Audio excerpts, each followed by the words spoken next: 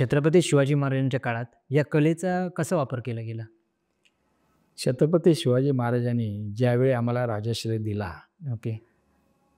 त्यावेळेला जंगलामध्ये आमच्याकडून त्याने आमच्या 11 लोककला आहेत, ह्या सगळ्या आधी त्याने ऐकून घेतल्या. 11 लोककला आणि त्याच्यानंतर आमच्या 2 भाषा आहेत. आता 2 भाषा कोणत्या? तर एक सांकेतिक भाषा, त्याला करपल्लवी म्हणतो आपण. ओके. म्हणजे तुम्ही इथं बसला तर माझा 1 किलोमीटरवर माझा दुसरा एक माणूस असेल, तर त्याला ती माहिती बरोबर द्यावी. आणि दुसरी भाषा ठाकरी भाषा, त्याला आम्ही खेवारी भाषा म्हणतो. म्हणजे तुम्ही जर इथं जर बसलाय, तर माझ्या मुलाबरोबर मी जर बोलत आहे, तुम्हाला काहीच कळणार नाही. आणि ह्या 2 भाषा त्या त्यांना चांगल्या सहकार्य मिळण्यासारख्या त्या दोन्ही भाषा. म्हणजेच गुप्तहेरचं जे काम होतं, स्माईलचं जे काम होतं, ते काम आमच्याकडून त्यांनी करून घेतलं. अच्छा. गुप्तहेर स्पाईलचं काम आणि त्याचा खूप फायदा त्यांना झाला. बरं. आता काय तुम्हाला माहिती आहे, छत्रपती शिवाजी महाराज सोन्या चांदीचा बिझनेस करायचे. हे काही लोकांना माहिती असेल, कधी काही लोकांना नसेल. पण त्यावेळेला हे ज्यावेळेला ते सोनं चांदी ज्यावेळेला चोरीला जायचं, त्यावेळेला ते काम संपवलं कोणावर? आमच्यावर संपवलं.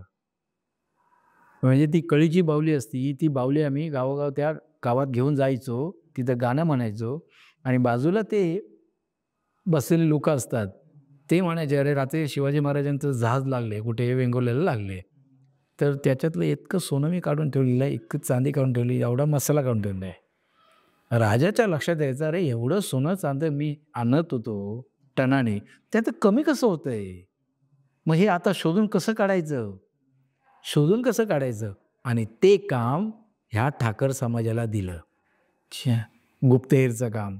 कसं दिलं? ते आमच्याकडे कळीच्या बावल्या आहेत, कळसूत्री बावल्या, कळीची बावली.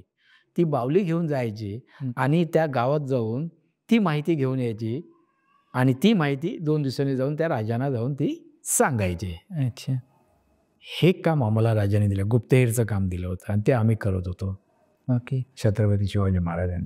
मग कळसूत्री बाहुली हे नाव तिथून आलं का? म्हणजे कळीची बाहुलीचं नंतर कळसूत्री बाहुली झालं?